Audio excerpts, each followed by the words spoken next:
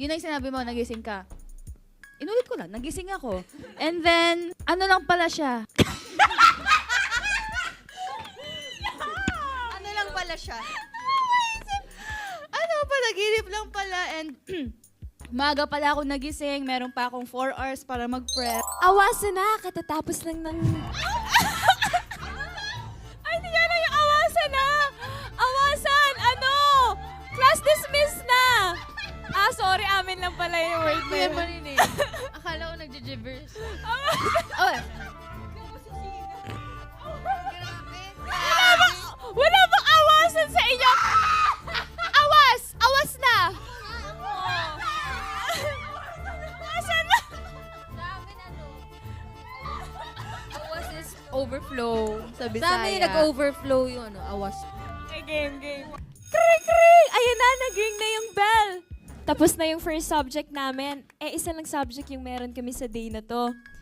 Nagda-drive na ako. Naghahanap ako ng cafe sa Taft. Pagkakita ko sa Taft, ayoko pala sa Taft. Wala akong nakita kasi sobrang daming tao, sobrang daming estudyante. Ito yung time ko para mag-unwind and i-date ko yung sarili ko. So pumunta ako ng Cubao Expo. Pumunta ako ng Cubao Expo kasi gusto ko pala matry yung takoyaki nila doon kasi na-miss ko yun eh. And yun din yung time na na-donate ko yung sarili ko before. So this time, gusto ko ulit matry yun.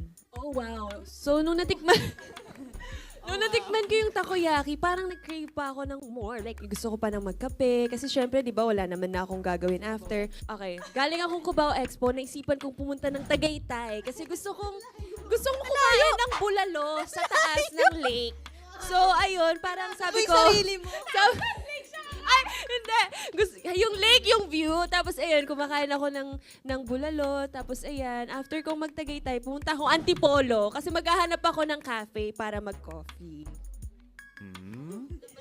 After ko, gusto ko na lang umuwi. Okay, so self-care.